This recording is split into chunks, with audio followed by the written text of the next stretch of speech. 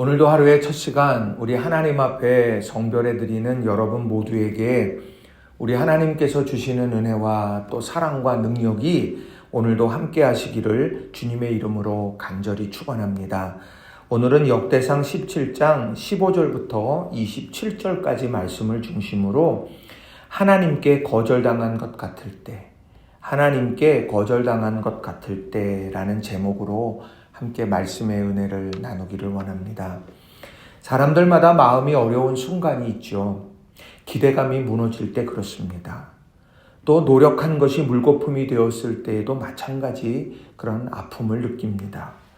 그런데 남녀노소 많은 사람들이 공감하는 그런 마음의 힘겨움은 거절당했을 때라고 할 수 있습니다. 이 거절감은 상처가 되고 그 상처가 자라나 분노가 되고 그래서 관계를 해치게 되기도 한다는 겁니다.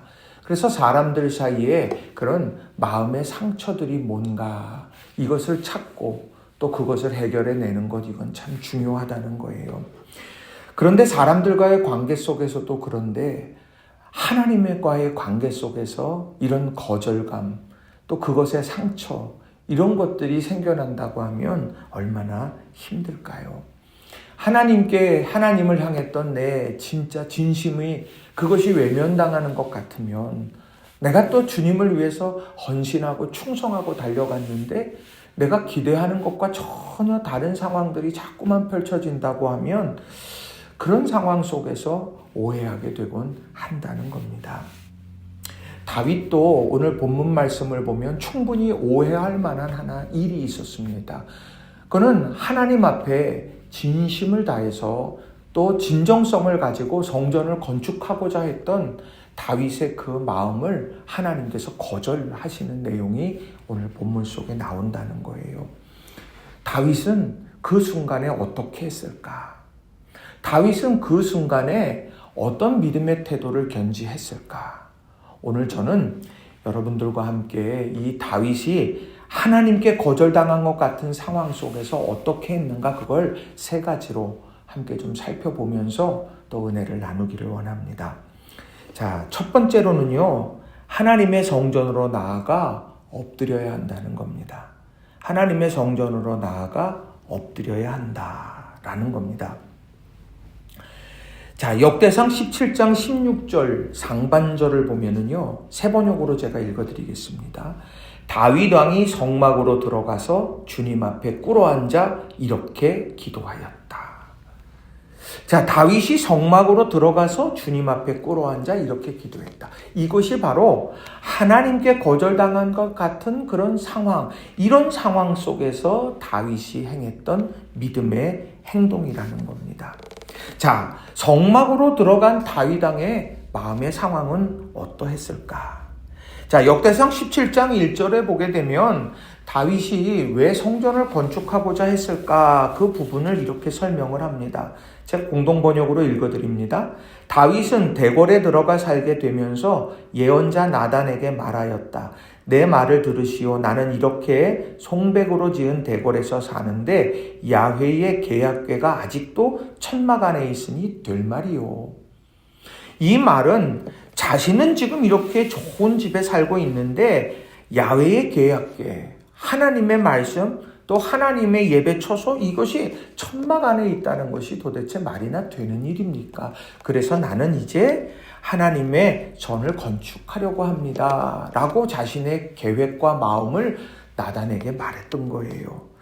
그랬는데 그 밤에 나단에게 하나님께서 나타나셔서 역대상 17장 3절 4절에 보면 이렇게 나단에게 다윗에게 전할 말씀을 주셨어요. 자, 그 밤에 하나님의 말씀이 나단에게 임하여 이르시되 가서 내 종 다윗에게 말하기를 여호와의 말씀이 너는 내가 거할 집을 건축하지 말라. 이렇게 거절합니다. 마음이 지금 이렇게 거절당한 거예요.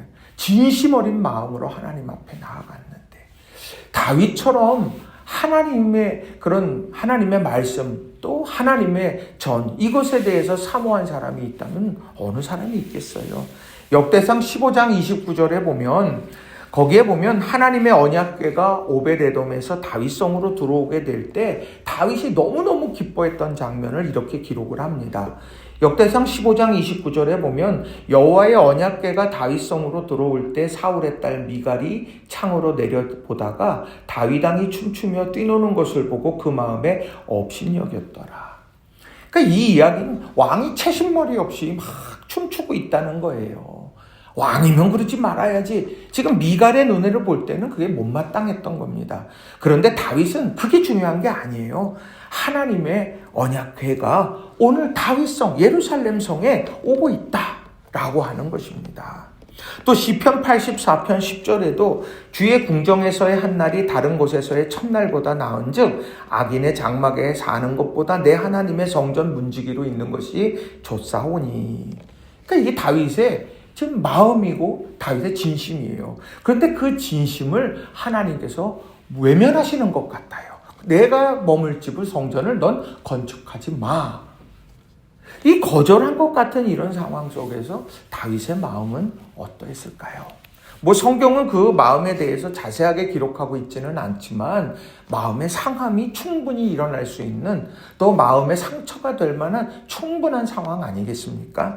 그런데 그 상처가 결국에는 분노로 관계단절로 치닫지 않을 수 있었던 이유는 바로 역대상 17장 16절에 그 모습이, 그 비결이 있다는 거예요. 다윗 왕이 성막으로 들어가서 주님 앞에 꿇어앉아 이렇게 기도했다. 성막으로 들어갔어요. 주님 앞에 꿇어앉았어요. 그리고 기도했다는 거예요. 오늘 우리 삶에 여러 뜻하지 않게 거절감을 경험하게 될 때 있습니다. 사람들에게. 또 어떤 때는 오랫동안 기도했는데 기도 응답과는 전혀 다른 길로 가는 것 같은 상황 속에서 하나님께서 나를 거절하시는 것 같은 오해의 생각이 들 때가 있어요. 그때 우리가 해야 하는 것은 다른 것이 아니에요. 다윗 왕이 성막으로 들어가서 주님 앞에 꿇어앉아 이렇게 기도했다. 이 말씀을 기억하면서 성전의 기도를 통해서 여러분이 이런 위기의 상황들을 잘 극복해내는 저와 여러분 모두가 다 되시기를 주님의 이름으로 간절히 축원합니다. 두 번째로는요, 이미 베풀어 주신 은혜를 기억하며 감사해야 한다는 거예요. 이미 베풀어 주신 은혜를 기억하며 감사해야 된다. 자, 다윗이 성막에 들어가서 어떤 기도를 했을까요? 자, 기도의 내용은요, 16절부터 22절까지 아주 중요한 내용들을 이렇게 다루고 있습니다. 근데 그 전체 16절부터 22절까지에 나오는 말씀들을 한 주제, 기도의 한 주제 이야기한다면 그건 감사 기도였습니다. 자, 그 감사 기도를 또 둘로 나눈다고 하면은요, 16절부터 20절은 자신에게 이루신 하나님의 일에 대해서 감사했고요. 그리고 21절부터 22절은 이스라엘 민족에게 행하신 그런 일들에 대해서 감사했습니다. 자, 먼저 자신에게 이루신 하나님의 일에 대해서 감사한 내용이 역대상 17장 19절 말씀인데 대표적인 기도의 제목이, 기도의 내용이에요. 세 번역으로 읽어드립니다. 주님께서는 주님의 종을 살피시어 주님께서 세우신 뜻과 목적대로 하셨습니다. 주님께서 이처럼 크나큰 일을 하시고 이 모든 일을 알려주셨습니다. 저를 살피셨어요. 목동이었던 저를 건져내서 통치자로 삼아주셨습니다. 그리고 주님께서 세우신 뜻과 목적대로 하셨어요. 크나큰 일을 이루게 하셨습니다. 지금까지 하나님이 행하신 일들에 대해서 감사합니다. 팩트를 이야기해요. 또 21절과 22절을 대표하는 또 21절 말씀을 또 보면 민족에게 행한 일들에 대해서 설명합니다. 자, 이 세상에서 어떤 민족이 주님의 백성 이스라엘과 같겠습니까? 하나님이 직접 찾아가셔서 이스라엘을 구하여 내시고 주님의 백성으로 삼아서 주님의 명성을 드러내셨습니다. 그들을 이집트에서 구하여 내시려고 크고 놀라운 일을 하셨고 주님의 백성이 보는 앞에서 문민족을 쫓아내셨습니다. 하나님이 그 민족을 건져내시고 구원하시고 명성을 얻게 하시는 내용들을 설명하는 거예요. 팩트죠. 자, 이것이 어떤 전쟁에 나가서 승리하고 돌아와서 하나님 행하신 일들을 아주 찬미하며 감사의 노래를 올려드리는 것이 아니라는 사실에 주목해야 합니다. 지금 자신이 진정성을 가지고 진심을 담아서 성전을 건축하려고 합니다. 하나님이 내가 성전 건축하지 마라고 이렇게 거절하는 이런 상황 속에서 오늘 이 감사 기도를 드리더라는 거예요. 사실 많은 경우 거절감을 느끼게 되면 어떻습니까? 사람에게 어떤 거절감을 느끼면 배신감을 느껴요. 그리고 과거의 은혜, 그리고 사랑받았던 거, 이런 것들 다 부정합니다. 다 부정해요. 그리고 왜곡합니다. 그것이 사람들과의 관계 속에서 거절감이 주는 부작용들이에요. 그런데요, 다윗은 오늘 이런 하나님의 거절이라고 오해할 만한, 아니 어찌 보면 분명하게 거절하신 거죠. 그런데 그런 상황 속에서 과거에 하나님이 행하신 일들, 자신에게, 민족에게 행한 일들을 그것을 기억하고 집중하며 감사기도 올리더라는 거죠. 왜 그럴까요? 그 사실에 기반한 감사들, 이런 감사들이 오늘 감정으로 치달아서 실수하는 그런 모든 문제들을 막게 되더라는 거죠. 우리는 이것을 주의해야 한다는 거예요. 우리가 요즘에 100일 감사 1000번째 훈련을 우리가 잘하고 있습니다. 여러분도 잘하고 계시죠? 저도 열심히 하고 있는데 참 쉽지 않습니다. 조금만 정신 차리지 않으면은요, 그 감사의 제목 10개 채우는 게 얼마나 어려운지 몰라요. 그런데요, 그 감사 노트를 자꾸 작성하면서 깨닫게 되는 것은요, 이 감사 훈련이 참 중요하구나. 왜냐하면 화가 나는 일이 없겠어요? 있겠죠. 그런데 극단으로 가지고 실수하게 하지 않더라는 거예요. 또요, 실망할 일이 있겠죠. 근데 실망이 절망으로 이렇게 떨어지게 되는 일들이 없게 되더라는 겁니다. 왜냐하면 하나님이 행하신 감사에 대해서 그것을 찾고 고백하고 복귀하고 또 그것에 대해서 인정하면서 그 하나님께서 오늘도 내일도 변함없이 우리를 선하게 이끌어 가신다고 하는 것, 그것을 깨닫게 되고 고백하게 되더라는 거예요. 다윗이 바로 그런 거예요. 오늘 다윗은요, 하나님이 자신을 거절하는 것, 자신의 계획을 거절하시는 것 같다. 자신의 마음을 알아주시지 않는 것 같다. 그런데 그래서 하나님을 등진 것이 아니라 하나님께 나아가서 이전에 하나님께서 이루셨던 일들에 대해서 하나하나 다시 복귀하면서 이 거절을 넘어서는 내일의 하나님께서 이루실 내 계획이 아니라 하나님의 계획이 뭘까, 이것을 꿈꾸게 하시더라는 거예요. 여러분, 이걸 꼭 기억하시고 이미 베풀어 주신 은혜를 마음에 새기고 감사하면서 오늘도 살아가는 저와 여러분 모두가 되시기를 바랍니다.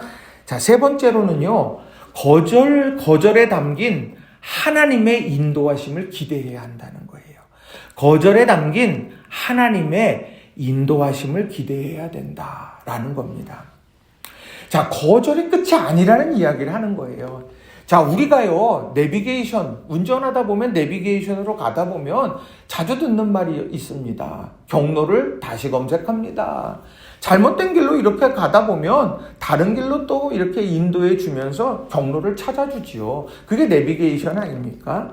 자, 그런데 오늘 이 거절이라고 하는 것, 내가 거할 성전 너 건축하지 마, 이렇게 말씀하실 때에는 하나님께서 내 계획이 아니라 하나님의 계획으로 바꾸어 가시고 이끌어 가신다고 하는 것, 우린 이걸 알아야 한다는 거예요. 자, 하나님의 거절로 유명한 구절이 있는데 그게 출애굽기 13장 17절입니다. 제가 읽어드립니다. 바로가 백성을 보낸 후에 블레셋 사람의 땅의 길은 가까울지라도 하나님이 그들을 그 길로 인도하지 아니하셨으니 이는 하나님이 말씀하시기를 이 백성이 전쟁을 하게 되면 마음을 돌이켜 애굽으로 돌아갈까 하셨습니다. 백성이 생각하고 기대한 길은요, 가까운 길이었어요. 그런데 하나님은요, 먼 길로 돌아가게 하셨어요. 다른 길로 가게 하셨습니다. 안전한 길로 가게 하셨다는 거예요. 그들이 전쟁으로 인해 마음을 돌이킬까 봐 하나님께서는 우회하신 겁니다. 이 하나님의 거절이 갖는 중요한 그 안에 의미가 있다는 거예요.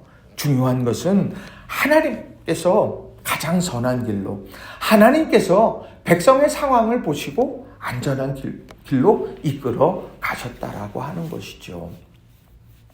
그렇다고 하면 오늘 다윗에게 하나님은 어떤 이 거절보다 더한 하나님의 인도하심이 있다면 그게 무엇이었을까요?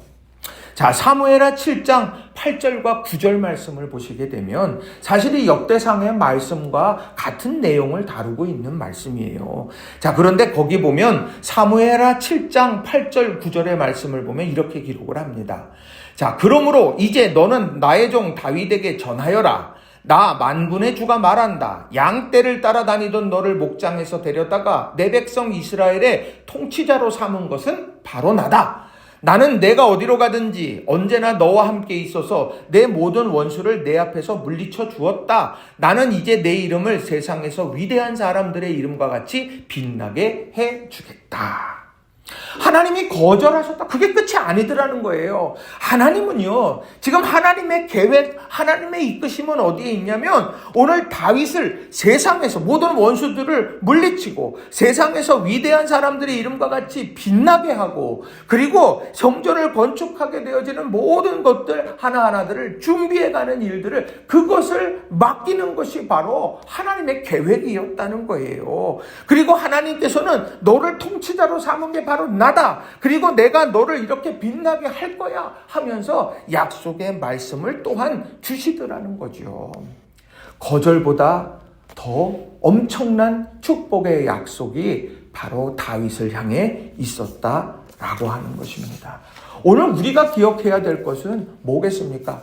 눈앞에 하나님께 기도한 것이 빨리 이루어지지 않는 것이 거절처럼 느껴지고 그것이 서운하고 또 그것이 내 마음에 상처가 되는 것 같고 그래서 내가 하나님에 대해 오해하게 되는 것 그게 너무너무 강력하게 있어요. 그러나 성경을 보시게 되면 거절인 것 같아요. 그런데 아니요. 하나님께서 축복의 길의 문을 열어가시는 거예요. 하나님께서요 열어가시고 그것을 이끌어 여전히 그 손길로 하나님은 우리를 붙잡고 계시더라는 거죠. 우린 이것을 꼭 주목해야 된다는 거예요. 다윗은 그것을 보았다는 겁니다.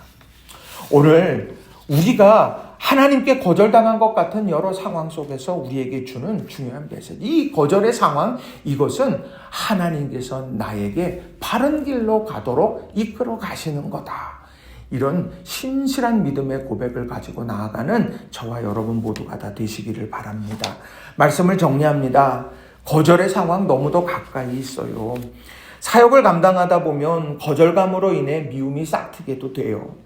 하나님께 오랜 기도를 했고 간절한 기도했는데 기도 응답이 이루어지지 않을 때 또 점점 더 상황이 악화되어지는 것 같을 때 실망감이 나를 짓누르기도 한다는 겁니다. 그런 여러 상황 속에서 여러분은 어떻게 하십니까? 자, 성전으로 나아가 하나님께 엎드리십시오. 또 이미 베풀어 주신 은혜를 기억하면서 감사를 선포하십시오. 그리고 거절 속에 담긴 하나님의 더 크신 인도하심을 여러분 기대하십시오. 이게 바로 오늘 다윗이 우리에게 주는 중요한 그런 믿음의 아름다운 모습이라는 거예요. 여러분, 하나님은 우리를 거절하시고 우리를 무너뜨리시는 분이 아닙니다. 우리를 오늘도 가장 선한 길로 이끌어 가신다. 이걸 기억하면서 믿음 안에서 오늘도 승리해가는 우리 모든 성도님들 되시기를 주님의 이름으로 간절히 축원합니다. 기도하겠습니다.